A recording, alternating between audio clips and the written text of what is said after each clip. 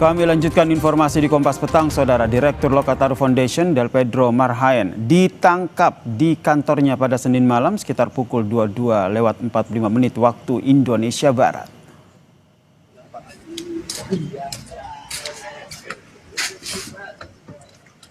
Dan saudara, inilah detik-detik penangkapan Del Pedro yang diposting di akun X. Polisi menyebut Del Pedro ditangkap terkait dengan dugaan penghasutan massa untuk melakukan tindakan anarkistis. Pemeriksaan masih dilakukan intensif atas dugaan pelanggaran tindak pidana tersebut. Lokataru Foundation mengecam tindakan polisi membungkam suara koalisi masyarakat sipil yang mengawasi kinerja pemerintah. Menurut Lokataru, Del Pedro dijemput paksa aparat tanpa dasar hukum yang jelas. Penangkapan ini adalah bentuk kriminalisasi dan mengancam dan merupakan ancaman nyata bagi kebebasan sipil serta demokrasi. Polisi membenarkan penangkapan itu, saudara. Del Pedro ditangkap atas dugaan menghasut massa untuk melakukan kericuhan di sejumlah wilayah Jakarta. Upaya penghasutan diduga terjadi sejak 25 Agustus di depan gedung DPR, sekitar Jalan Gelora, Tanah Abang, dan juga di sejumlah wilayah Jakarta lainnya. Del Pedro sudah ditetapkan sebagai tersangka. Polisi juga mengatakan penetapan tersangka ini dilakukan setelah polisi melakukan penyelidikan sejak 25 Agustus lalu.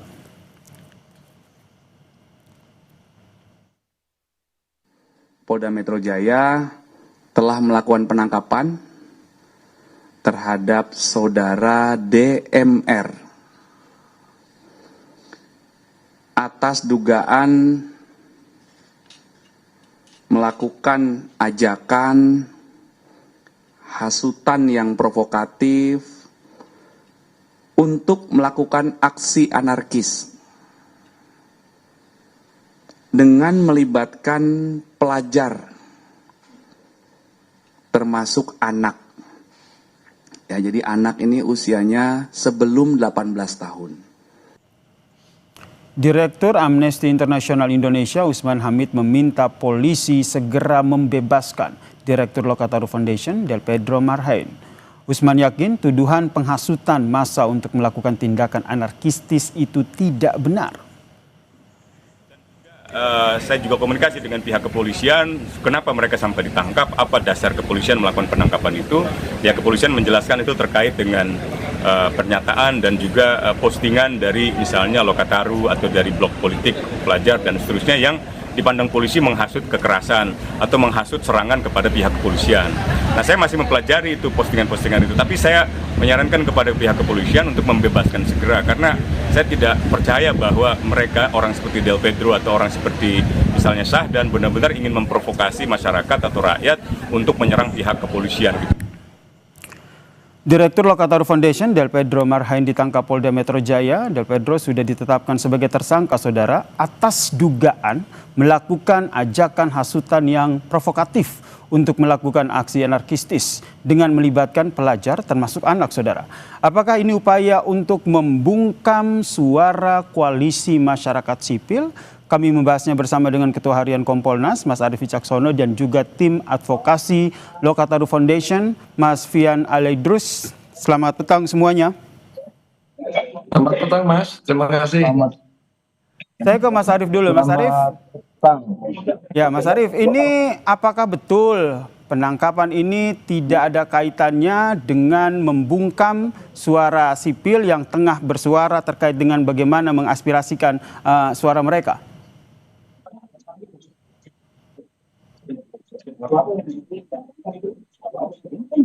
Mas Arief. Baik, kami coba perbaiki hubungan Zoom dengan Mas Arief Wicaksono, Ketua Harian Kompolnas. Oh, oke. Baik, Mas. Jadi memang berkaitan dengan penangkapan Direktur Lokataru tersebut, kami sudah mendapatkan informasi awal langsung dari Direktur Kriminal Umum Polda Metro. Jadi memang dilakukan penangkapan kemarin tanggal 1 September dan atas tuduhan dugaan sementara pengenaan pasal penghasutan yang diatur dalam 160 KUHP dan juga postingan yaitu Undang-Undang ITE dan termasuk melibatkan pelajar atau anak yang masih belum di bawah umur, masih belum cukup umur. Demikian, Mas. Baik, saya ke Mas Afian. Mas Fian, langkah dari Lokator Foundation, tim advokasinya seperti apa? Pertama, mandi dulu Mas, soalnya belum pada mandi, teman-teman advokasi, lawyer. Yang pertama, karena ditangkapnya malam-malam.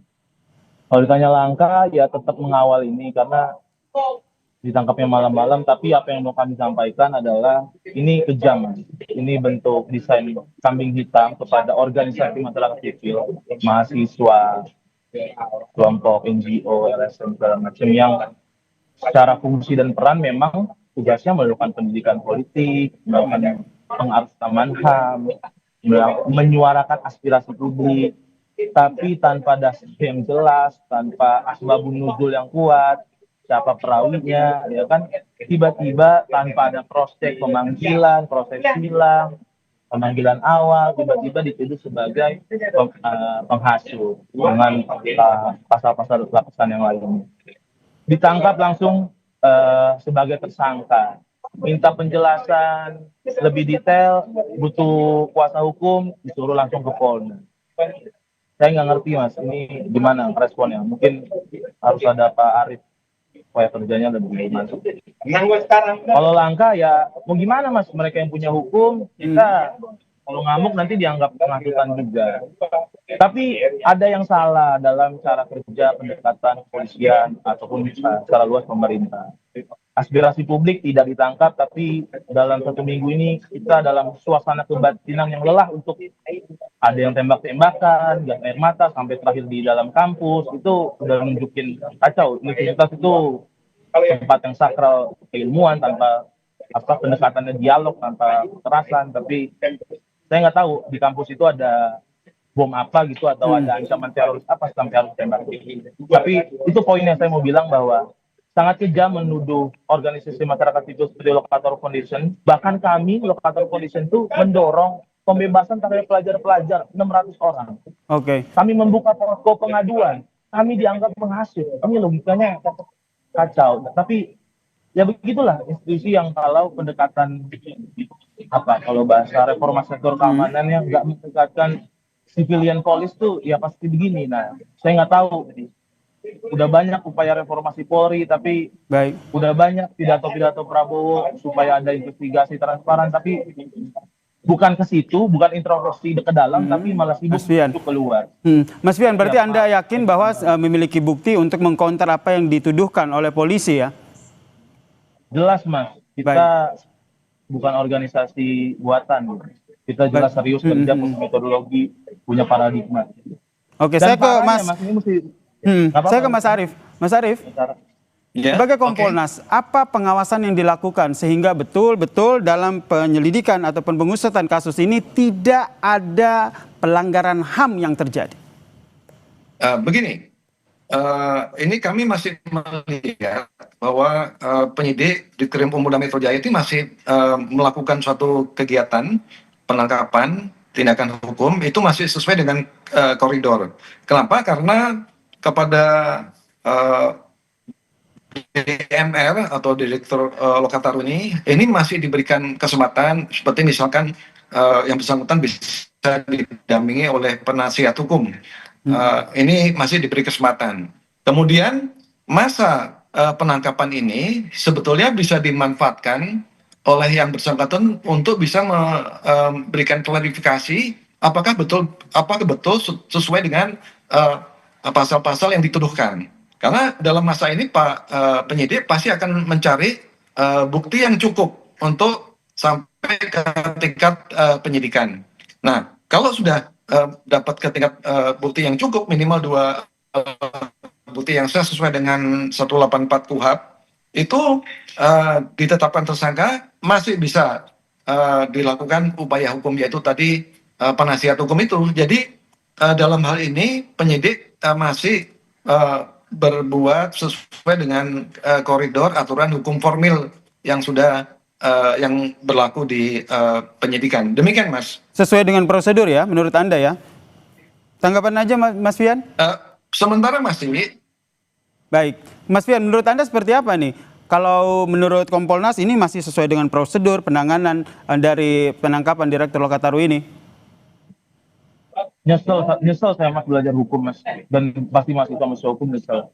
Ini jelas Del Pedro Marhen ataupun Mujafar bahkan ditangkap di kantin depan Amek sebagai tersangka tanpa ada proses pemanggilan, tanpa ada proses silang, pemeriksaan awal, tidak ada sebagai tersangka. Di mana-mana yang menuduh harus membuktikan. Jangan Del Pedro yang dituduh Del Pedro harus membuktikan apa dalil penetapan tersangkanya. Dan ini berarti sudah melewati proses penyidikan. Saya malas mengingat pasal-pasal itu di KUHP, di KUHP. Penyelidikan kan gunanya menemukan tindak pidana. Nah ini sudah tersangka, berarti sudah ada tindak pidananya, berarti sudah ada bukti permulaan yang cukup. Tapi karena saya bukan tim lawyer, nanti bisa di-cross check dari beberapa tim lawyer lebih detail. Tapi ngaco kalau bilang, mohon maaf Pak Arief, saya hormat, bilang ini harus dibuktikan oleh Del Pedro masih dikasih kesempatan, bahkan untuk penasihat hukum bukan dikasih kesempatan, itu udah aturan mainnya. Kalau standarnya sudah begini ya wajar lah kita berantakan begini negara kita. Baik, kita sudah tangkap apa yang dimaksud yang disampaikan oleh Mas Fian Ali Idrus selaku tim advokasi Lokataru Foundation. Kita nantikan seperti apa proses hukum selanjutnya. Terima kasih Ketua Harian Kompolnas Mas Arief Wicaksono yang juga telah bergabung bersama kami di Kompas Petang. Salam sehat semuanya. Dan saudara, usai jeda Kompas Petang masih punya informasi penting dan menarik lainnya, diantaranya adalah soal korban jiwa saat demonstrasi di berbagai kota di Indonesia yang bertambah. Komnas HAM mencatat total ada 10 orang meninggal dunia dalam rentetan demo sejak 25 Agustus lalu.